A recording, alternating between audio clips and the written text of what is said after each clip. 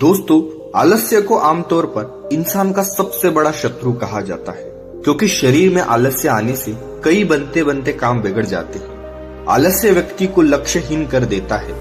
जो व्यक्ति किसी भी कार्यों को करने में आलस्य करता है, वह जीवन में कभी भी सफलता प्राप्त नहीं कर पाता। कई बार ऐसा होता है कि रात में अच्छी नींद लेने के बावजूद भी हमें सुबह काम करते समय आलस्य और सुस्ती आती है, जिसका असर हमारे काम पर भी पड़ता है।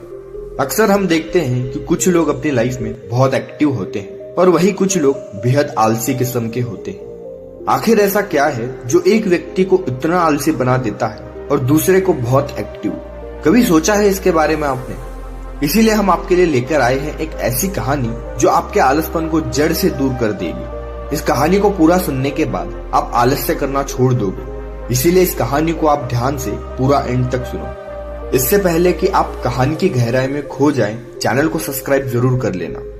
एक बार की बात है, एक आलसी व्यक्ति एक बौद्ध भिक्षु से कहता है, मुनिवर, मेरे पास बहुत आलसपन है, जिसकी वजह से मैं अपने जीवन में जो करना चाहता हूँ वो नहीं कर पाता। मुझे कुछ रास्ता दिखाएं।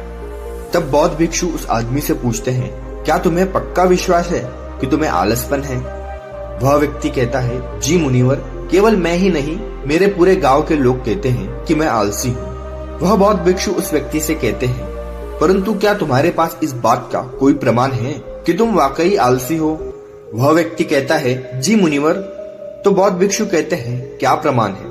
मुनिवर, मैं जानता तो हूँ कि व्यायाम करना मेरे स्वास्थ्य के लिए अच्छा है, लेकिन मैं चाह कर भी नहीं कर पाता, क्योंकि मेरा आलस मुझे सुबह जल्दी उठने ही नहीं देता।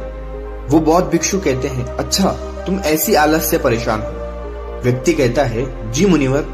बौद्ध भिक्षु कहते हैं, परंतु क्या तुम जानते हो कि आलस्य होता क्या है? वह व्यक्ति कहता है, मैं ये तो नहीं जानता कि आलस का अर्थ क्या है, परंतु ये जो भी है बहुत बुरा है। वह बौद्ध भिक्षु कहते हैं कि सबसे पहले तो तुम यह समझो कि जो भी चीज प्राकृतिक रूप से मनुष्य के भीतर है, उसका कोई न कोई उपयोग है, वह बुरी या अच्छी नहीं है। आलस एक भाव है, एक विचार है, जिसे जाने अनजाने में हम खुद पैदा करते हैं। वह व्यक्ति पूछता है, परंतु वो कैसे मुनिवर? वे बौद्ध भिक्षु कहते हैं, आलस्य पैदा होने के दो कारण हैं, पहला शारीरिक और दूसरा मानसिक। जब हम शरीर को ऐसा भोजन देते हैं जिसके खुद के भीतर कोई जीवंता नहीं है, तब हमारे शरीर के भीतर आलस्य पैदा होता है, क्योंकि यह शरीर ऊर्जा से चलता है और जिस तरह की ऊर्जा हम उसे देते हैं, यह उसी तरह का बर्ताव करता है। शरीर के भीतर हमारे अंदर आलस्य का दूसरा कारण है गलत तरह से बैठना, गलत तरह से सोना और गलत तरह से सोचना।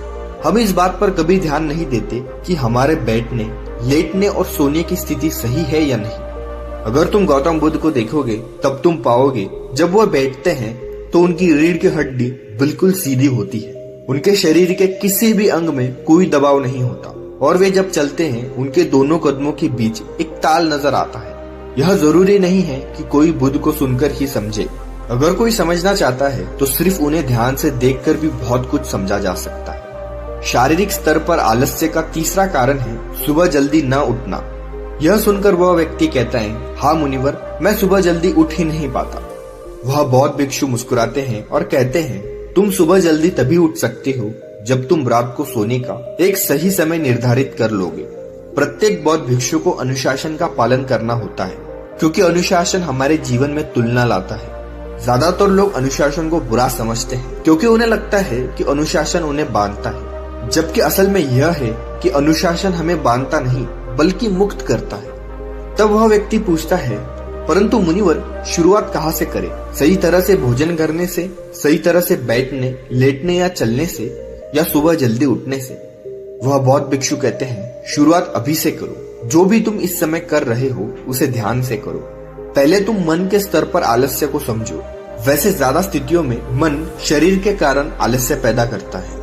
मानसिक आलस्य का पहला कारण है हमारे पुराने गलत विश्वास। हमें लगता है कि पिछली बार भी हम नहीं कर पाए थे, इसीलिए इस बार भी हमसे नहीं होगा। हम इस बात को नहीं देखते कि इस बार और पिछली बार में बहुत अंतर है। अब हम मानसिक तौर पर वह नहीं है जो पहले थे। अब सब कुछ बदल चुका है।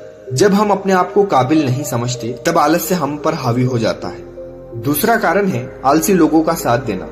कभी कभी ऐसा होता है कि आलस्य हमारे भीतर नहीं होता, परंतु दूसरों लोगों से वह हमारे भीतर आ जाता है।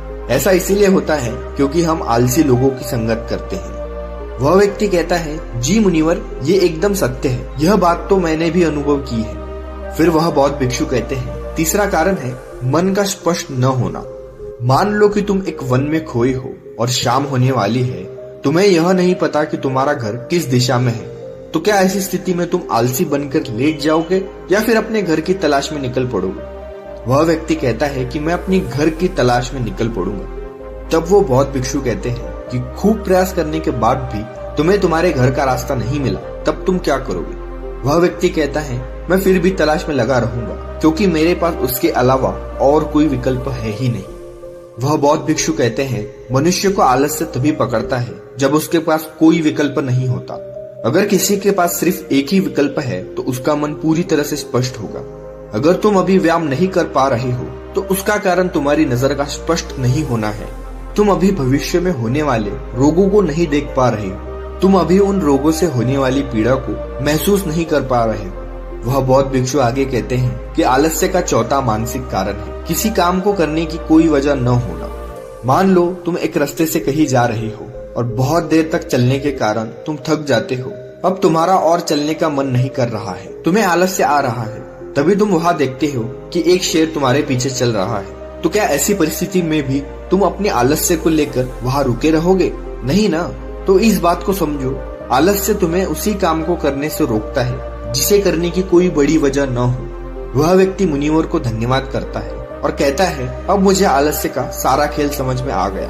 वह बौद्ध भिक्षु कहते हैं, मेरी एक बात हमेशा याद रखना, जहाँ स्पष्टता है या कुछ करने की बड़ी वजह है, वहाँ आलस्य हो ही नहीं सकता। दोस्तों, आशा करता हूँ आपने इस कहानी के माध्यम से आलस्य क्या होता है और आलस्य को कैसे दूर किया जा सकता है ये सीखा होगा।